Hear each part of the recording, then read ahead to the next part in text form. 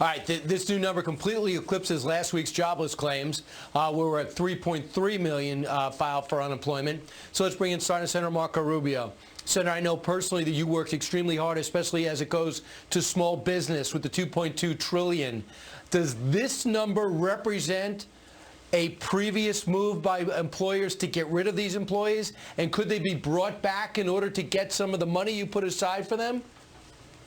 It's a stunning number, and it does represent the people who've lost their jobs probably all throughout last week, which is what we were warning about.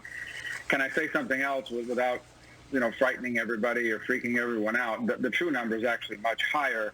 We know, for example, that there's probably no state in the country who has an unemployment system that is prepared to take in the vast volume of people that are trying to reach them. In Florida, all over the country, they're just being overwhelmed. No system is set up for 50,000 people to call in a day or try to reach them. So the number is probably much higher than that, the true number. And that is why there was such a sense of urgency to get that bill passed last week, and why we have such a sense of urgency now to get the Paycheck Protection Program up and running. Senator, what's your recommendation to small business owners? I have a friend, I was talking to her, and she said, I want to be able to pay my employees. How do I get that money? We've gone to the bank. The banks aren't familiar with what we're supposed to be doing. She's gone to that website so many times, and she still has questions. Well, the banks should be familiar by now. I would tell you that my advice that I give every small business is, if you have an existing banking relationship, especially if it's one of the larger national banks, but it can be your community bank as well, reach out to them immediately. I know that as of last night, all the various different large banks that have branches all over the country, and I think a growing number of community banks, are preparing to gear up and start the Paycheck Protection Program, which will allow a small business to go in and get 250% of their monthly payroll, which they can use and don't have to pay back if they use it for payroll, benefits for employees, rent, lease, or utilities. And so everyone's working overtime to get that program up and running. The goal was to start Friday, as early as Friday, with the applications. The applications are now available online. People can start filling them out. But I would start with if you have an existing banking relationship, you should reach out to them again. Absolutely, and the sooner the better.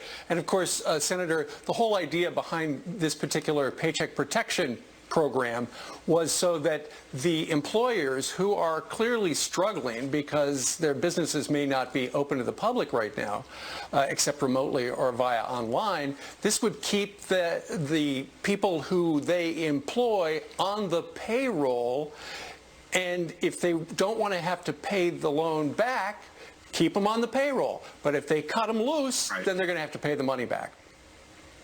Yeah, and look, when we're talking about small businesses, the overwhelming majority of small businesses, for them, their employees are people they know. They're not some number on a ledger of thousands of employees scattered all over the world. These are people they know. They know their families. In many cases, they've worked for them for a long time.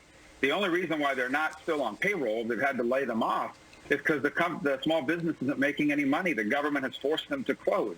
And so they would prefer to keep them on payroll. And they can use that money to hire back the people that have been laid off, to even pay them back pay for the 2 weeks they might have been laid off. But that's the goal, is to keep people on a paycheck and not having to be on a phone for 2 hours on hold just to try to get through to the unemployment office. I still believe the overwhelming majority of Americans would rather have a paycheck from a job than to have a government check from unemployment. So we had Senator Graham on yesterday or the day before. They were all blending together. And he said, look, all these states aren't prepared. Louisiana, their unemployment department was their computer program was failing and had collapsed 3 or 4 times. That's before this number came out. So having said that, the way we're attacking the virus, can we also attack the unemployment system in these states? Is there an effort made right now to get a software company to design something that all 50 states can actually acquire? Well, I don't know about all 50 states. I can tell you, Florida is obviously in the process of trying to build up their capacity, both their website and their call center. But again, it's the sheer volume that we're talking about. I want to be fair here. In a perfect world, we'd have systems that work great. But the reality of it is that the sheer volume is something you can't possibly prepare for. I mean, look, every time that we try to get critical about something, I think it is important to remind everybody that what we are facing is unprecedented, whether it's in the healthcare realm or the economic realm. No nation on earth has ever faced what the world is facing right now. And I think we have a lot of people out there working really hard. None of this is deliberate. There are going to be some hiccups along the way because we have never faced anything like this. That said, my hope is that everyone is putting in all the effort necessary to correct these things, whether it's for the unemployment system, whether it's getting tests out there, whether it's building up our ventilator capacity, you name it. I know there's a lot of people working very hard to make those things better. We all want them to get better. Senator, the stay-at-home order goes into effect in your state tonight. In our state, in New York, our governor said that now he's predicting the apex will be at the end of April. We still have another month to go. What do you say?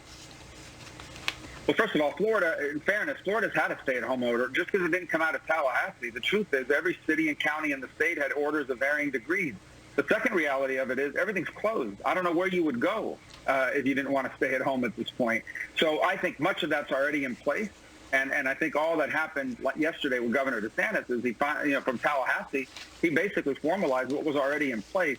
Look, I think for Florida, I can't speak for New York and other places, but I think for Florida, the next 30 days are going to be our toughest. That's according to all the models. And as I tell everybody, how long this goes on and how difficult it is, a lot of that will depend on what job we do, all of us collectively, at staying away from each other and slowing the rate of infection.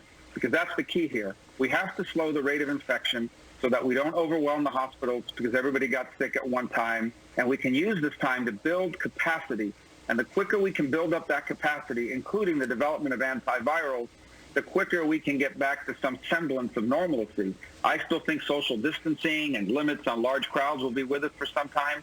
But the situation we're in now is not something that anyone believes can be sustained for a year, 6 months, or anything like that. So I think a lot of that depends on what we do right now, and that is every single one of us. That's right, because, ultimately the social distancing is leading to a social solidarity of sorts, Senator, because I think after we heard from the president a couple of days ago where the numbers were bleak and the diagnosis was dire, I think it finally dawned on a lot of people, you know what, this could be the fight for our lives. Yeah, there's nothing that brings people closer together than when they realize that what they don't have in common is smaller than what they do have in common. This is a disease that infects heads of state and a 90-year-old retiree at a nursing home. It infects Democrats, Republicans, independents. It doesn't discriminate in terms of who it goes after. And so I think this is something that we all recognize. There are no winners here. There are no winners. All of us are impacted by this. And so I just tell everybody that ultimately, when it comes to this, there are no sides. I hate hearing that there's one side versus there are no sides on this. There's only one side, and that's humanity against the virus. We can win. We will win this battle.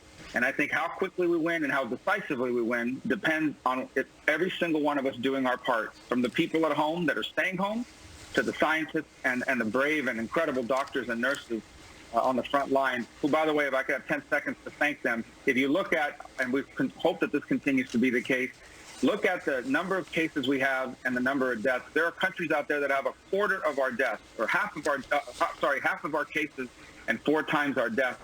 And I think at least up to now, I can say that is a testament to the incredible work of our healthcare workers on the front line, people working double shifts, in many cases putting their own safety and health at risk. Thank you to them. God bless them and their families for what they're doing. Yeah, we got to get them materials, and we got to get them some relief because they can't work 24 hours a day. Senator, one day we're going to talk about the jobless claims, and they're going to be palatable and tolerable and on the positive, but that's just not today. Senator Rubio, thanks so much. Thanks, Senator.